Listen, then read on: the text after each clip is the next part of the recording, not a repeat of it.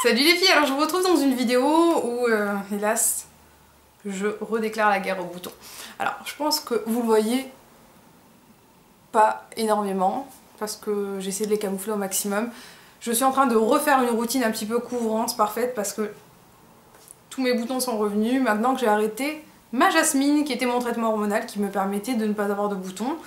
Et avec la fameuse histoire des pilules 4e génération, 3e génération, j'ai préféré passer à une 2e génération. Donc si vous êtes dans mon cas, que vous êtes adulte et que vous avez de l'acné, je pense que vous comprenez à quel point c'est difficile de devoir se retaper des boutons lorsqu'on a 26 ans, bientôt 27.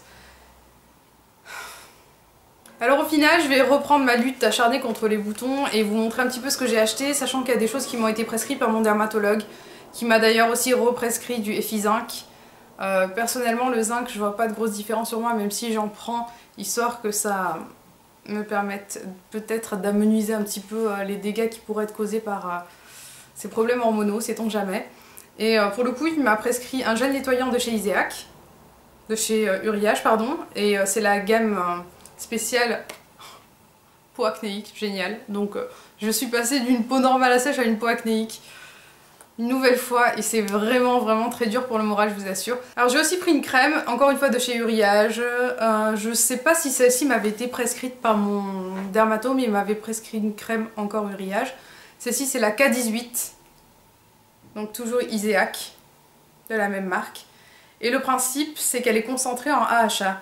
Pour l'instant c'est celle sur le marché qui contient le plus d'AHA et qui a l'action la plus soft, on va dire entre guillemets, parce que c'est une action continue de la délivrance d'AHA. Et là où je trouve que c'est bien, c'est que les AHA vont vous permettre de faire peau neuve. Et faire peau neuve, c'est utile aussi bien lorsqu'on a des imperfections que lorsqu'on a envie, on va dire, d'éviter les dégâts causés aux ridules prématurées, etc. Et moi, c'est de mon âge, donc je pense que c'est vraiment pas mal du tout. Alors comme il y a des AHA à l'intérieur, il faut absolument protéger sa peau du soleil. Et je crois qu'ils disent indice 30 ou indice 50 sur la notice, pas sur le flacon lui-même. Donc regardez bien.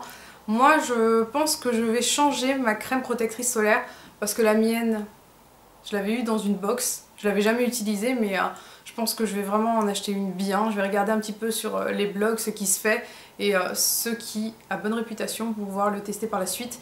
Je vous tiendrai bien entendu au courant de ce que je vais prendre comme protecteur solaire, mais c'est vraiment indispensable, autrement vous allez avoir des taches. Alors n'oubliez pas de vous protéger du soleil. Alors comme j'adore regarder les petites astuces sur les blogs, les petits conseils, j'ai pris Derma Libour de chez Aderma. C'est une crème à l'avoine. Alors le problème c'est qu'elle est vraiment très grasse. Je m'attendais à quelque chose de plus fluide, un petit peu comme Cicamosa de Lutine que j'utilise, vous voyez. Alors du coup je pense que je vais garder celle-ci pour le corps pour réparer les irritations, tout ce qui est peau très sèche. Je pense que ça peut être pas mal aussi puisque ça apaise, répare et assainit, vu qu'à l'intérieur il y a du cuivre et du zinc. Et là c'est vraiment bien. Par contre là où je trouve que c'est pas très bien, c'est que je trouve que c'est vraiment trop gras.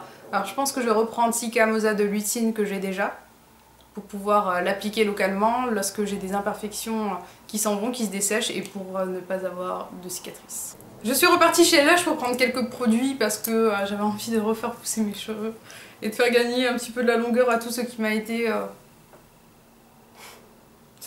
enlevé. J'ai tout perdu.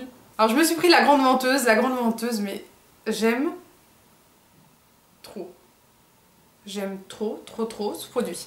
C'est impressionnant. Je l'avais utilisé il y a super longtemps et pour le coup, je n'ai pas remis les pieds chez Lush pour m'en reprocurer.